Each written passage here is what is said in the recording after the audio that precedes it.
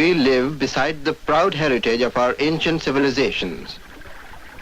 We, the peoples of Asia, 1/2 of the total population of the world, we make our homes, raise our families, and spend our lives in toil.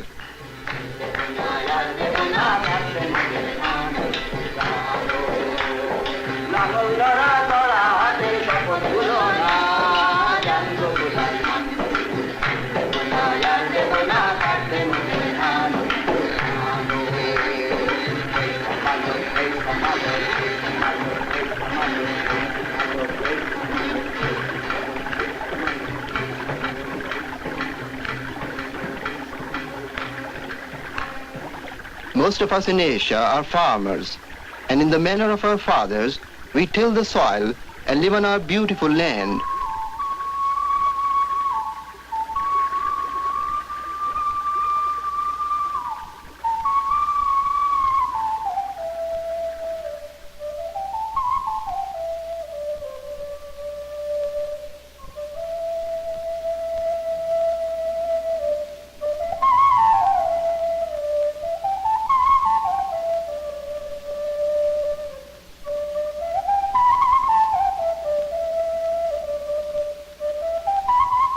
But on the land, there are many people to be sheltered and fed, so each man's share is often small.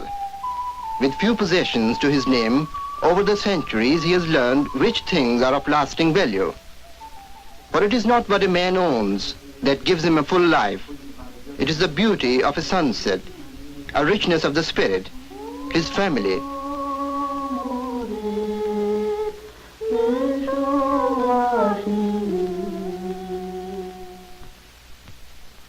For many years, the world looked to Asia for raw materials. In the fields, our people grew cotton, tea, rubber, jute. From the ground, they produced tin, oil, tungsten. The riches of the Asian soil were shipped away to many countries all over the world. But as we toiled on our overcrowded land, we remained poor, and our methods remained simple and primitive.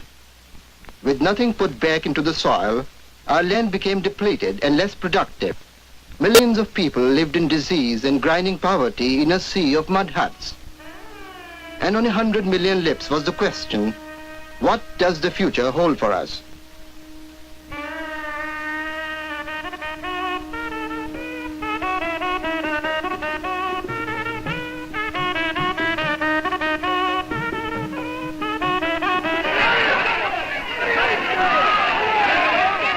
For us, a new future was born out of the turmoil that came with World War II and its aftermath. We in Asia discovered a new strength and a new vitality. And in Southern Asia, 5 countries won their independence with a determination to make their own friends and work out their own future.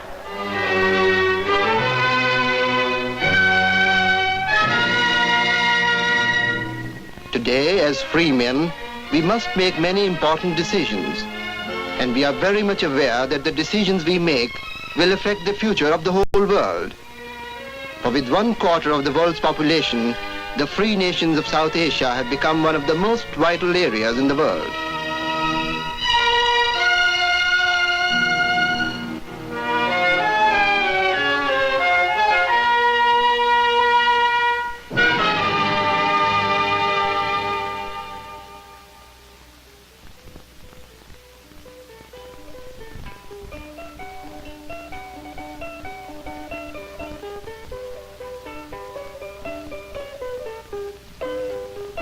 For our children, we joined in mankind's struggle for human freedom and dignity to win our independence. Like free men everywhere, we believe that upon knowledge rests the future of our new countries. And today, millions of our people, both young and old, are going to school for the first time.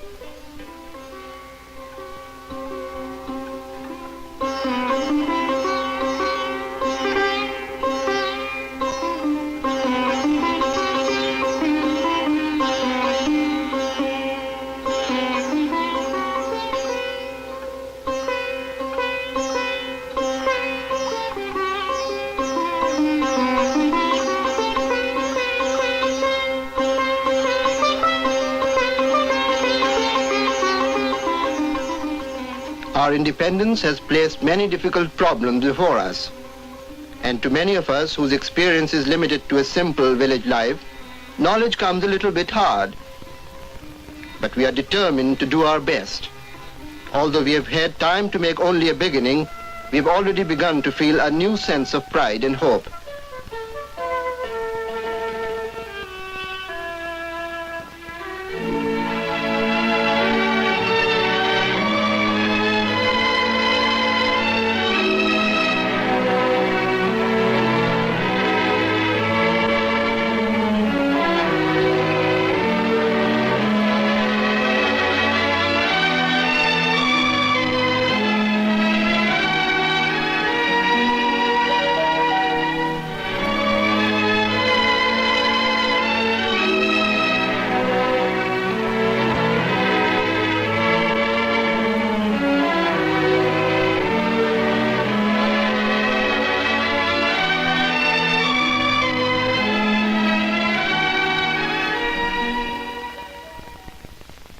Our men and women, as well as our children, are striving hard to read and write. For by the written word, the knowledge of the world becomes available to all. With this knowledge, we hope to overcome many of the vast problems which face us.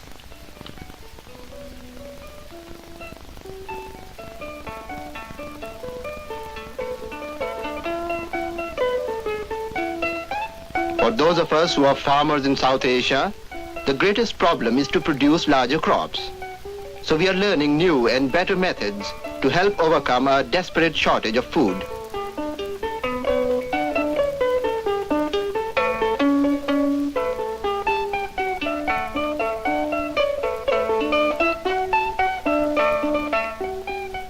With help from abroad, we are taking a fresh look at our soil, seeking new ways to increase its harvest of rice and wheat.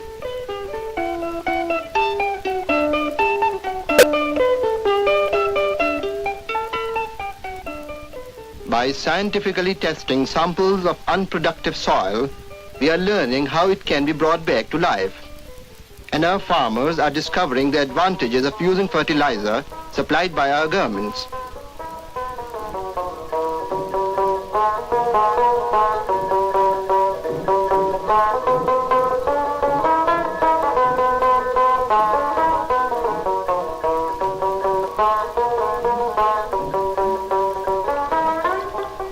We have a great deal of slow, hard work ahead, but already our land has begun to pulse with new life.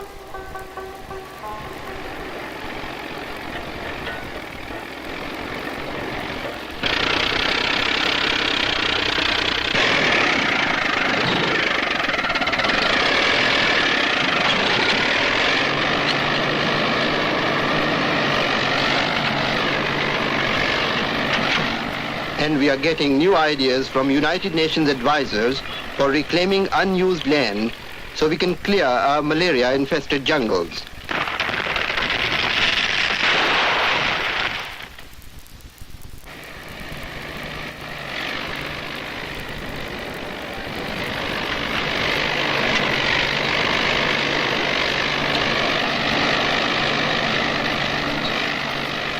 As we clear new land, we are also clearing away the ancient grip of the feudal landlord. For we can only be free men when the land belongs to those who farm it.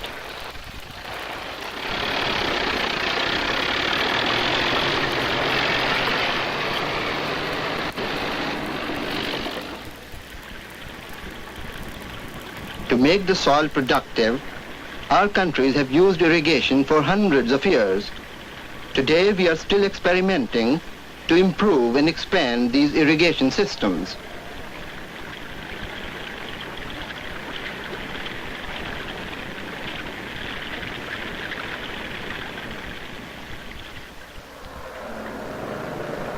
Already, our engineers have dozens of new irrigation projects and dams under construction. Some of these are combined with hydroelectric developments to provide electric power for our industry. Using everything from simple hand tools to heavy equipment purchased abroad, thousands of workers are building projects as large as any in the world.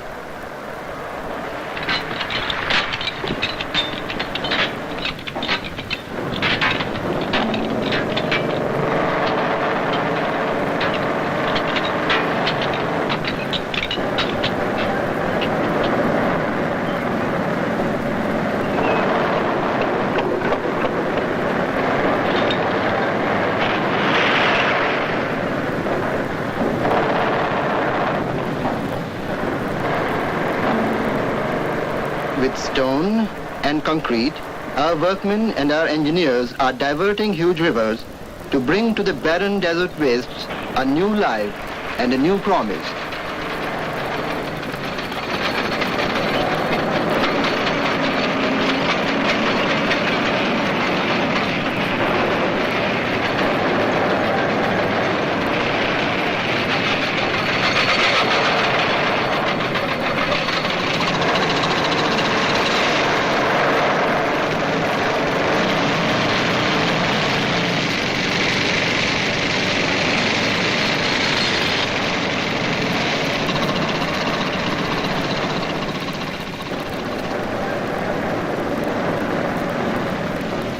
Cutting their way through land unused for centuries, they are building thousands of miles of new canals to bring life to millions of acres of new farmland. As these new areas become fertile and productive, there will be many new farms and more food for our people.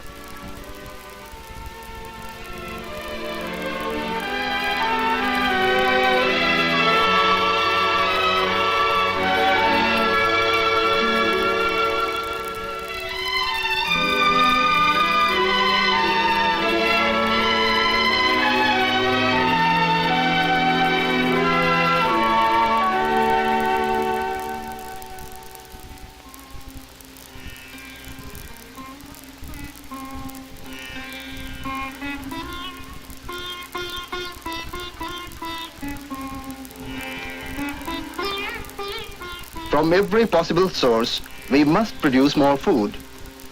Employing fisheries experts from Asia, as well as from abroad, the United Nations is helping to conduct surveys of our traditional fishing industry, which will reveal new methods to improve it.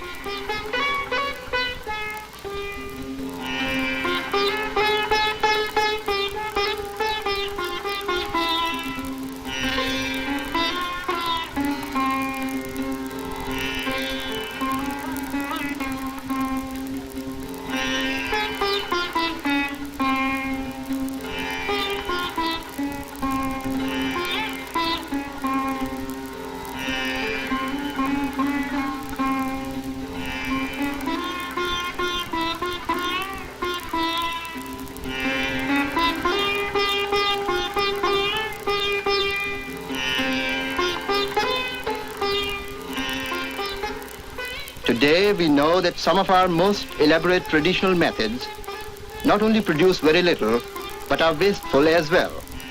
For many young fish are destroyed before they mature and spawn. In research laboratories, students are now learning conservation methods suited to our particular conditions, which will protect the fish until they are fully grown. They are working towards the goal of producing the largest possible catch with the greatest food value.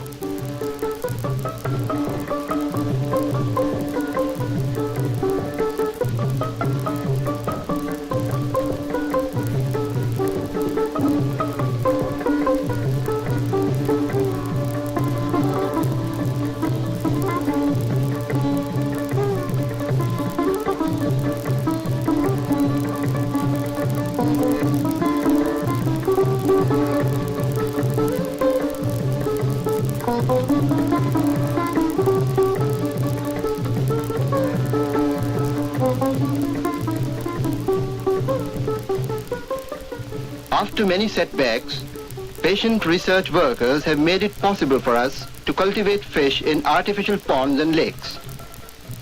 Even the water-filled rice fields are now being used to grow fish as a second crop. Through information centers and extension services, our farmers, as well as our fishermen, are learning new ideas in fishing.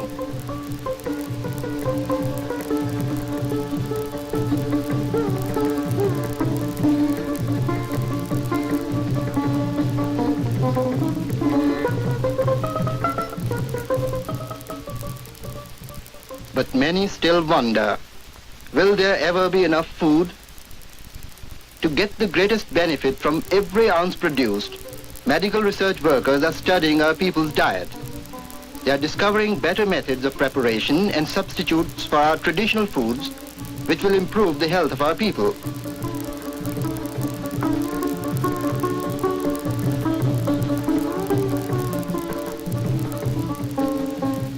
Public health students are learning how to improve the people's health in other ways. From Western doctors, they are discovering new concepts of public service. And today, breaking with the tradition of centuries, our women are undertaking a new role by training as nurses and studying side by side with our men in medical schools and hospitals. From their instructors, both are learning the size and importance of their task ahead.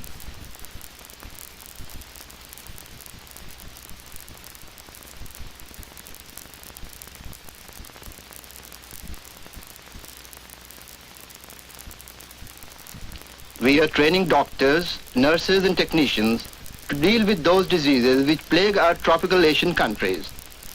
And from our medical schools, hospitals and laboratories, they are going deep into the country to fight the misery and suffering of our peoples.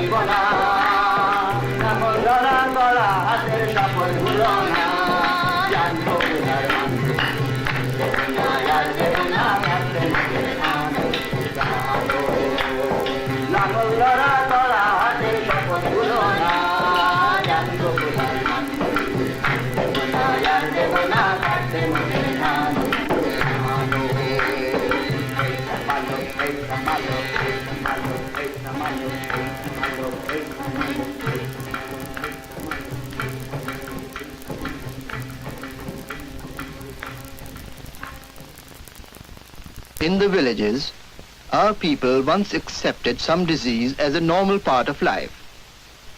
Public health teams, with their strange new ideas, were looked upon with suspicion. But through education and mobile clinics, a new and healthier world is being revealed to them.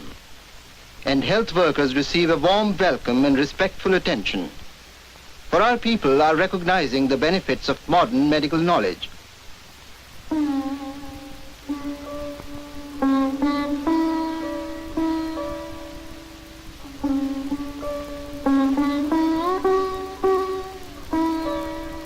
The task of conquering disease among our millions of people is enormous, for many of our afflictions spring from poverty and poor food.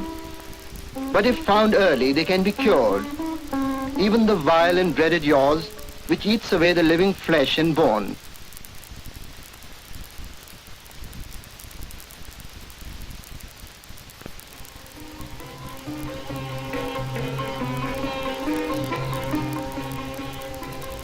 Penicillin is the cure.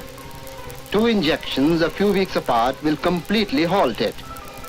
Already thousands have been treated in anti-yaws campaigns which use drugs, equipment and specialists provided by United Nations agencies.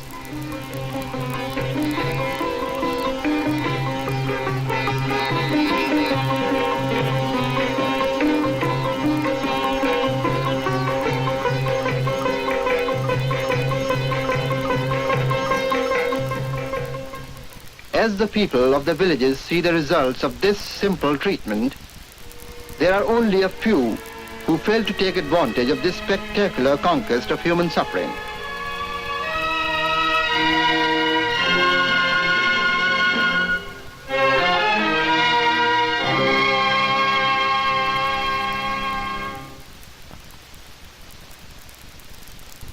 But our doctors know that the most spectacular cures will count for nothing unless we conquer also the poverty and unwholesome living conditions that breed disease.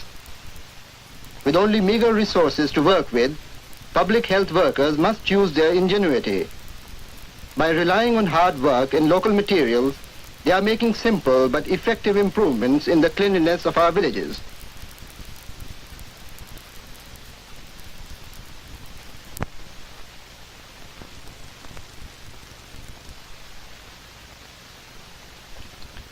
For us, the fight to conquer disease is only beginning. We know that the problem of sanitation must be attacked in many ways. And in both laboratories and field training centers, our public health students are learning how to prevent disease as well as cure it.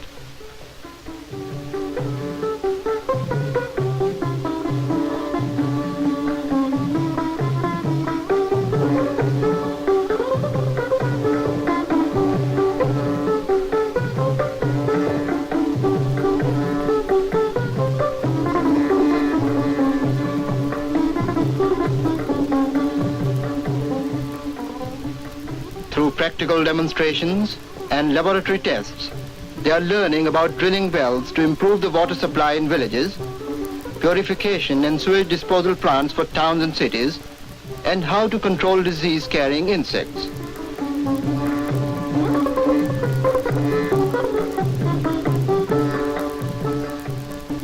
As more students are trained, new health districts are being opened up so that our people can get more immediate medical care. At permanent clinics, particular attention is given to expectant mothers and the treatment and welfare of children.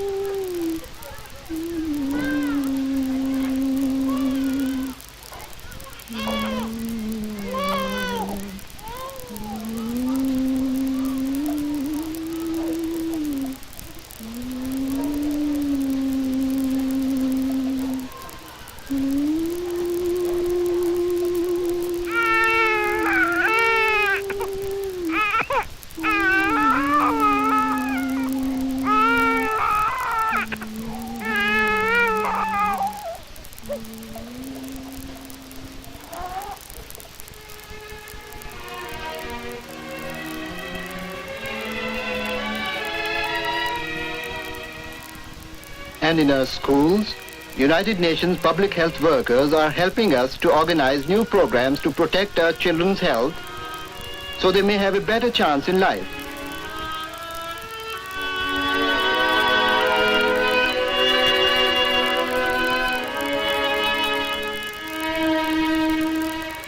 We hope a day will come when our children, strong and healthy, may be able to contribute their full share to the peace and welfare of the world.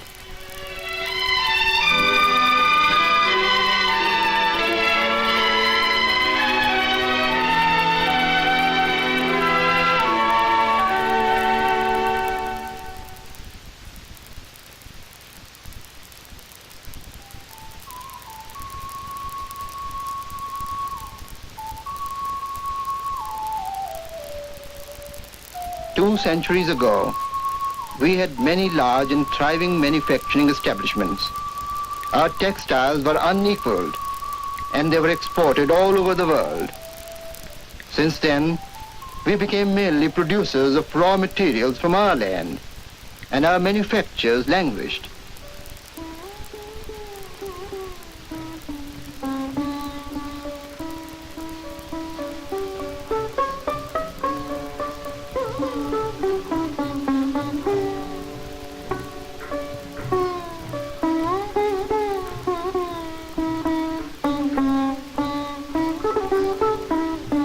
But from those earlier times, we inherit a tradition of fine craftsmanship, and our workers are prepared to play a vital role in our growing modern industry.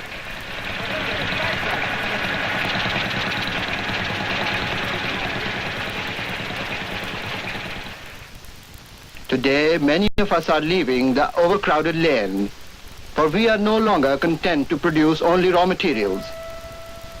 We are determined to develop the strength, the benefits, and the prestige of modern industrial nations.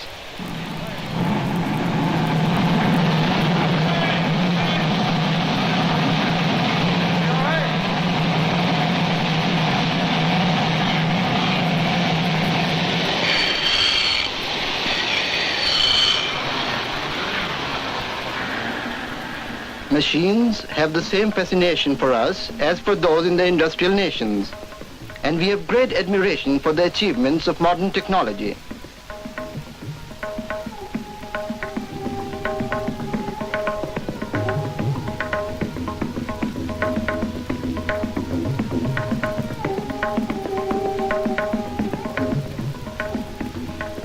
We have a great deal to learn from the industrial experience of other countries, but we must adapt this knowledge to our particular conditions.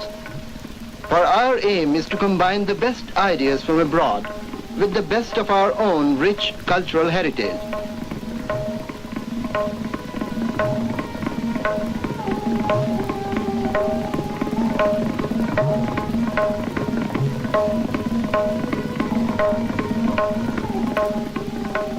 Since winning independence, we have been making plans for the future and working together to build solid foundations for our new countries.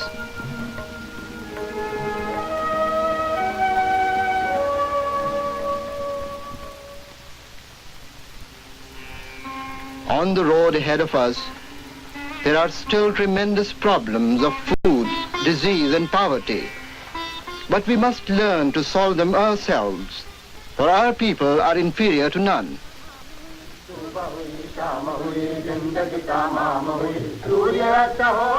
We are proud of our ancient culture, our craftsmanship, and our newly won freedom. But we need the help of other countries. We need the help of Western technical knowledge.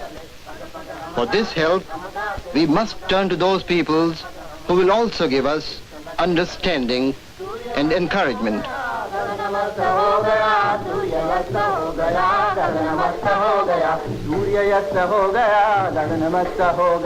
Surya